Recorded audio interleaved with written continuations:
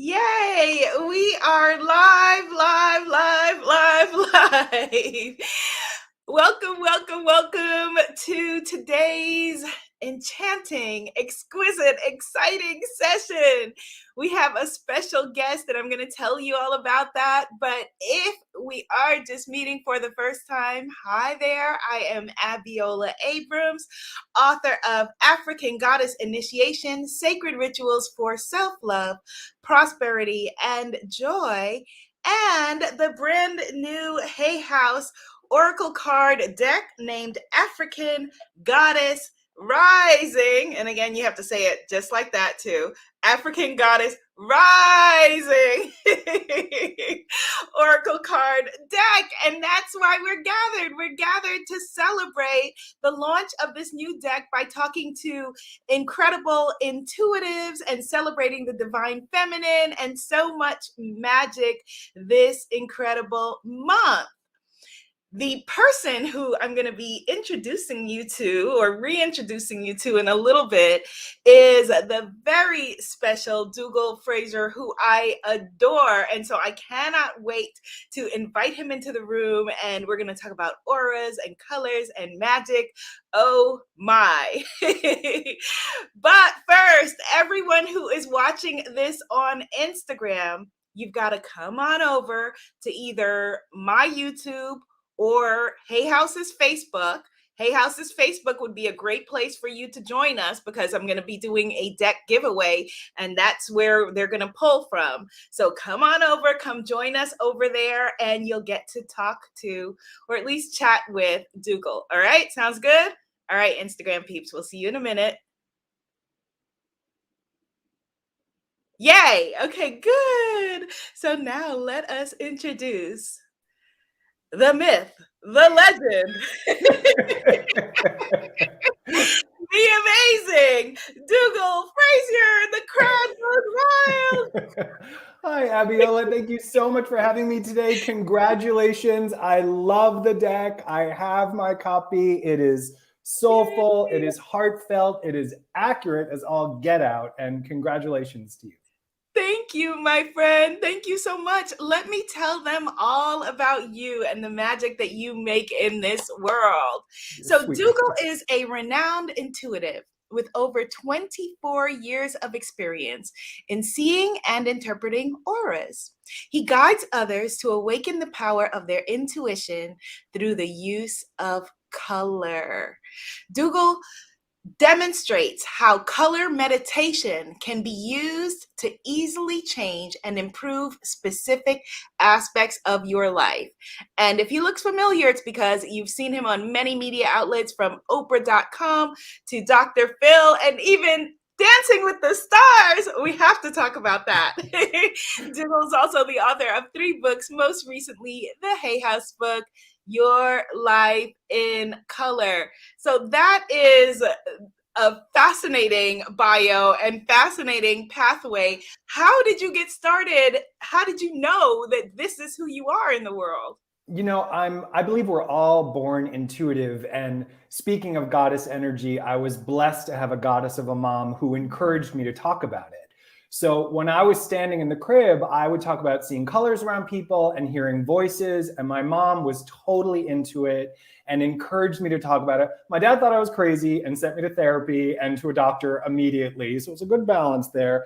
But I really owe a lot of it to my mom. I mean, when I wanted to buy a deck of tarot cards when I was 8, she encouraged me to do it.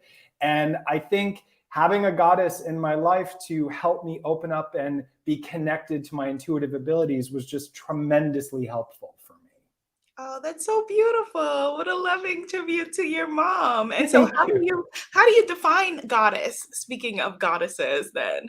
So it's interesting. For me, when I think of goddess, I usually think of a feeling first. To me, it's compassion. It's, being in a safe space. It's the equal exchange of ideas. It's supporting each other. It's love. It's pure divine love. It also definitely manifests as intuition for me. I believe it's the feminine side of our being that connects us to the right job interviews and the right soulmate and the right people to be friends with. And so that goddess energy, when you connect to it, when you listen to that brilliant softness, the way that it whispers to you, I really think brings magic into all of our lives. I fully agree. I fully agree. And one of the things that I was so excited about when we first connected is your relationship with color. Like I shared with you that I crave color. Yeah. A person who craves color. You talked about being in the crib and noticing color around people. So how do you define auras then? Or let's get specific. What I love about auras is that every living thing has an energy. I see it around plants, I see it around animals, I see it around people. And what's interesting about aura work is it's not like astrology. Like I'm a Taurus, that's never going to change, or a numerology, I'm a 6th life path, that's never going to change. But your aura does actually change. The environment that you're in, people will begin to sparkle and twinkle. If I'm in the middle of a session and we change topics that makes people uncomfortable, their aura will actually change color. So it's one of the energy systems that is adaptable. And for a while, I would just see color around people and sort of study and take notes of this is what this meant.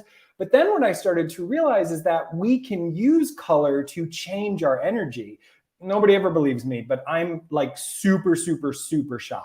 I'm very nervous at parties, public speaking, I'm shaking, I'm trembling a little bit right now.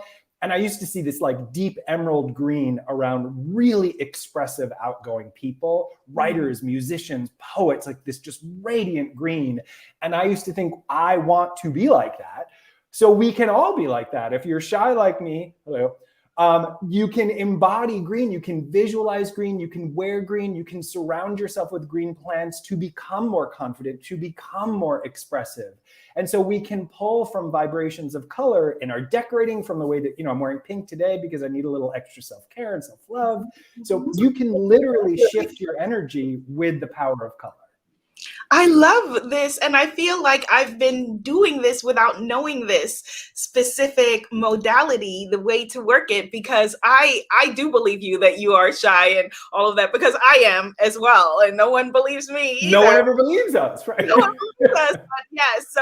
But the interesting thing is that purple is my favorite color, purples and pinks, but green is my favorite color to wear because I don't know, I just feel better when I'm wearing green, and it's very interesting. Oh, and my husband wrote the book with me, and he's like way more nerdy than I am, and started like researching. There are studies literally connected to how green stimulates creativity.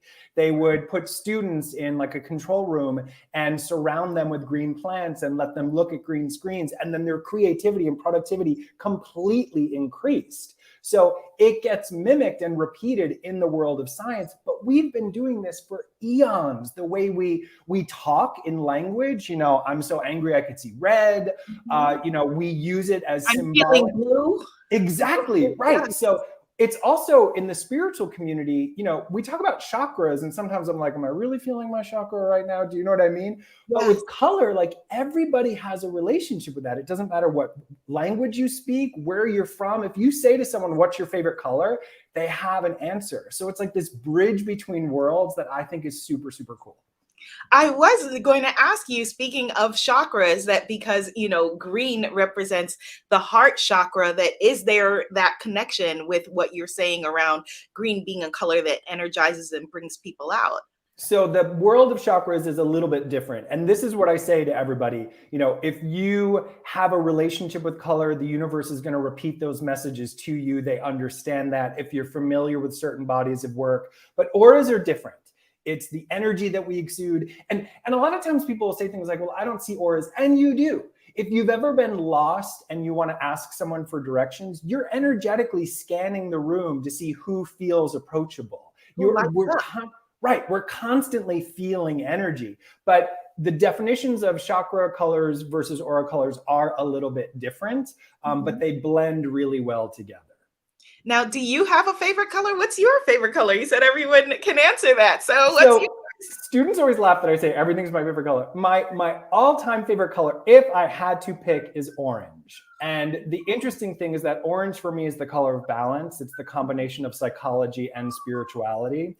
I spent a lot of time in the beginning of my spiritual journey trying to sort of leave my body, which wasn't necessarily the best thing for me. And it's the combination of practical, intuitive coaching, psychology, and spirituality that really makes me feel my best. And for everybody out there who's intuitive, because we all are, when we strive for balance, our intuition is at its strongest. So orange is a big accent in my home. It's the color of our ketubah, our Jewish marriage contract. I go a little crazy with orange, but it is my favorite color. Oh, that's beautiful. That's beautiful. So you mentioned how, for example, with you wearing the pink today because you needed that energy and, that green energizes. What's another example of how a person could use color to come into alignment with who they're wanting to be or what they're wanting to feel? Well, it's interesting, because we're talking about goddess energy in my book, Your Life in Color. The chapter where we talk about goddess energy, we talk about the color silver. And so I think of silver as being sort of the moonlight. I think of it as being this nourishing energy at night where we give birth. Although I'm physically male, I still give birth to things, ideas and friendships and movement of energy. So the nighttime is where we sort of go into that incubation, where things become stronger and safer and silent so we can find our voice. So if people want to connect with the goddess energy through color, through my body of work, you can wear silver jewelry, you can light a silver candle, you can just go out and bask under the moonlight and let that goddess energy fill your being, because we need it so much right now. One of the things I love about your work, Abiola, is I really think goddess energy is like the next thing on the planet that that's the wisdom we need. Yes. And it's the time now. It's what I've been looking to. It's what I feel like I'm yearning for. And I just feel like if everyone could connect to the goddess a little bit, we'd have more love. We'd have more compassion. We'd have more kindness. Yes, I love that you said that, because that's a big part of why I wanted you to be a part of this series. And thank you for saying yes immediately, my friend. I so love and appreciate you for that, because I wanted to show that this is not a conversation that is specifically for women, or that we all have divine masculine and divine feminine, and this divine feminine rising energy is not just locked into one particular group. Yeah, it's interesting because I posted about it today, and a male follower said, I've always described myself as a goddess guy. And I was like, I love that, because I've always said I'm goddess adjacent, or like, but I agree with you. And it's interesting to me, the concept of invoking the masculine part of my being or the feminine part of my being. I was just always allowed to do that. I mean, I was a little gay kid spinning around trying to be Wonder Woman. Like it was natural for me to tune into that side of myself. And I think we all have it. Like it's all part of our makeup spiritually. It sounds like your mom definitely, she absolutely embodied goddess energy and allowing you to be fully yourself. Goddess Chloe, who is on Facebook, has a question for you. She wants to know this. You touched on this a little bit, but she wants to know if colors have specific meanings, or is it individualized based on the meaning based on each of us? I think colors have specific meanings that get repeated in the world. And I think the universe tends to speak to us through color.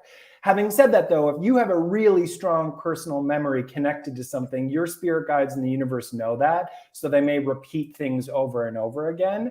And I don't know why, Chloe, your question is also making me think of this. Like a lot of times people will tell me their favorite color.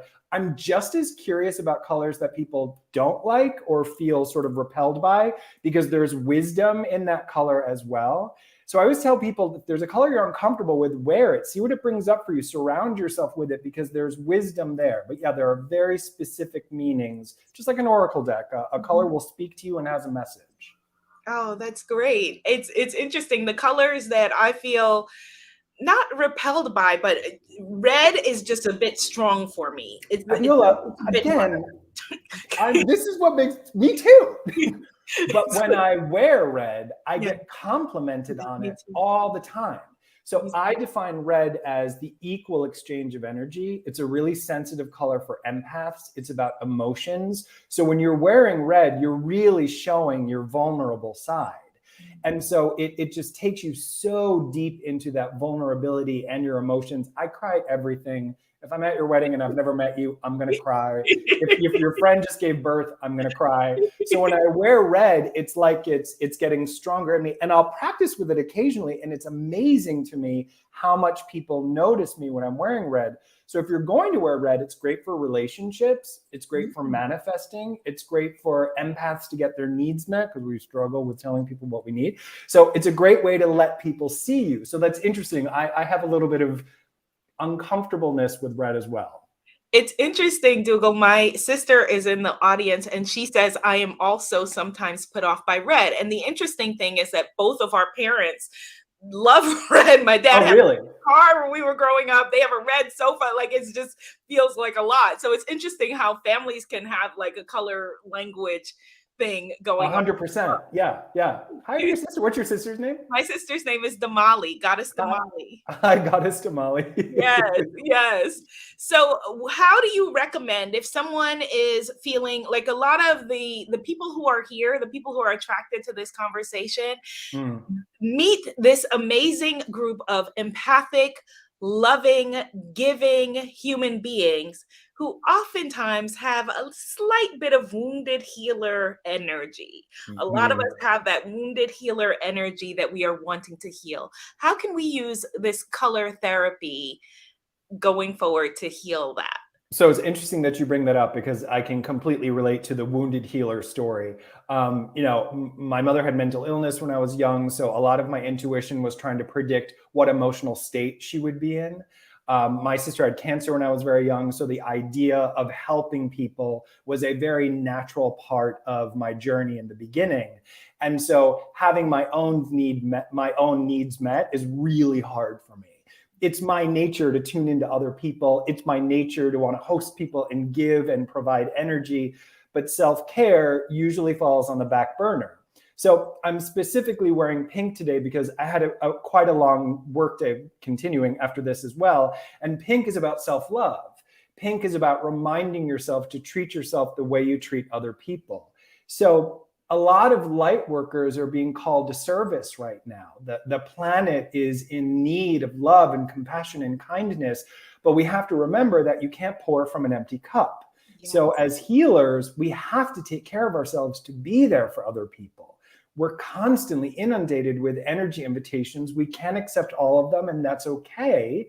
And when your foundation and your core is strong, that's when you can really hold space for people. That's when you can really move energy. So pink for me is always a reminder of that. I always have a lot of rose quartz around for that reason as well. You said that there was a story you wanted to share about when you received your African Goddess Rising Oracle deck. Yes. So the first card that I picked was Aunt Nancy, and I believe at the bottom of it, it says betrayal, right? Betrayal, yes. Okay, which was so insanely accurate, because I was struggling with something going on with family where we felt like someone wasn't necessarily telling the truth. And it was more out of pain, and it was more out of hiding. And so I have to admit, when I pulled that card first, I gasped for a second. Yeah. And then I took a deep breath and I read it and I sat with it, and I thought, that is incredibly accurate. Like, it was so accurate in that moment. And I did a very neutral pull, like, just, this is the first time I'm working with this deck. What's going to come up for me? So it was so accurate. And I really appreciate that. But they're so beautiful. They're so beautiful. Oh, thank you. And all love to my amazing artist, the Goddess Destiny Powell. Yes, they are very confronting cards. Yeah. That's what you want. That's what I want. Yes, that's what we all need. They are, the card you pulled, Aunt Nancy, is a shadow card. That there are 7 shadow cards in the deck that will call you out to your face. Yeah, it was. It will call you out to your face. It was really, really good. And today I picked Sarah Lakali. Am I saying that correctly? So Sarah Lakali is actually the perfect goddess for this conversation. I'm going to just take that as a reading for everyone who is here. The card is Divine Lineage. And Sarah Lakali, there are many different stories about her. Some people said she was a noblewoman. Some people said she was an Egyptian princess. Some people say she was the daughter of Mary Magdalene and Wow. Jesus. And so when she comes forward, it's to remind us in the midst of the confusion and chaos of life that we are connected to the divine. She reminds us that, you know, that this is all surface, that there is something greater and we are a reflection of it. We are a piece of it. And no matter what else is going on around us, know that we are connected to the source of all that is. That is her message for us. It's so interesting because you know how messages will repeat themselves? And I don't know if people can relate, but 2020 was big. 2021 is still a lot of curveballs for me. Like the minute I think I've got it back, there's another curveball. And I've had moments before where I sort of look up to the divine and say, what is going on? And just yesterday, I was watching a YouTube video of an interview by Marianne Williamson, and she was talking about coming back to reminding yourself, a goddess, by the way, who I'm obsessed with. 1,000,000%, yes. 1,000,000%. But coming back to the divine, and even in the struggle, reminding ourselves that there is sort of a divine meaning for all of this. So again, that's a super, super accurate hit and so needed, I think, for a lot of people right now.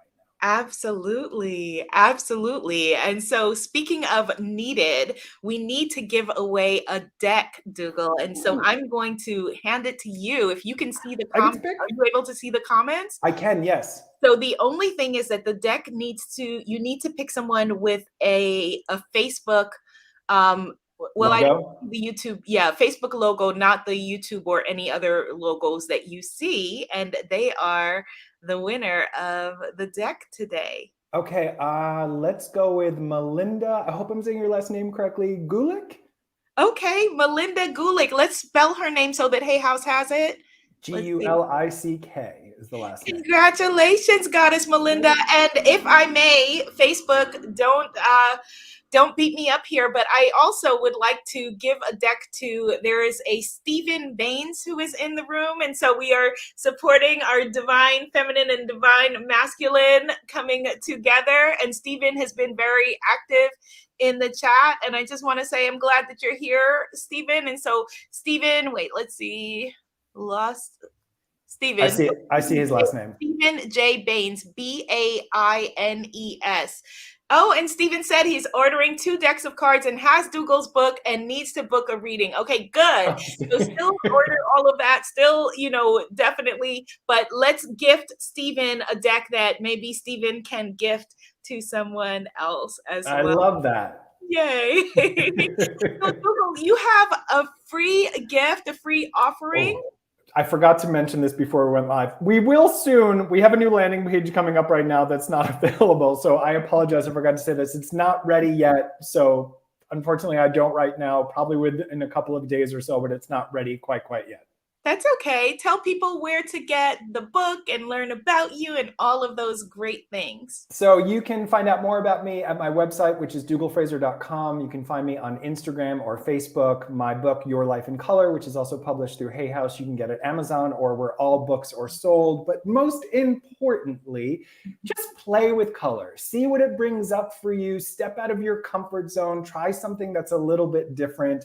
The world needs color, we need energy, we need vibration, and it's a really easy thing to add into your spiritual practice.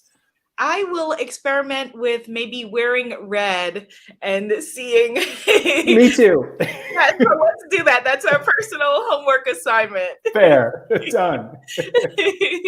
And thank you, everyone, for showing up to this conversation. Definitely maybe in a week, go to Dougal's social media and website and find that free offering. It will be there soon. And if you want to catch any replays of this series, because tomorrow and Wednesday and Thursday, 6 p.m. Eastern Standard Time. You want to join me back here because I'm going to be showing you how to use the deck. And all of the replays are at globalgoddessclub.com. Globalgoddessclub.com. Thank you so much, Dougal, for coming to play with me today, my friend. Thank you, Abiola. I adore you. I appreciate it. It is my absolute pleasure. And thank you everyone else for joining us today. Sawubona, and that means we see you. Bye. All right.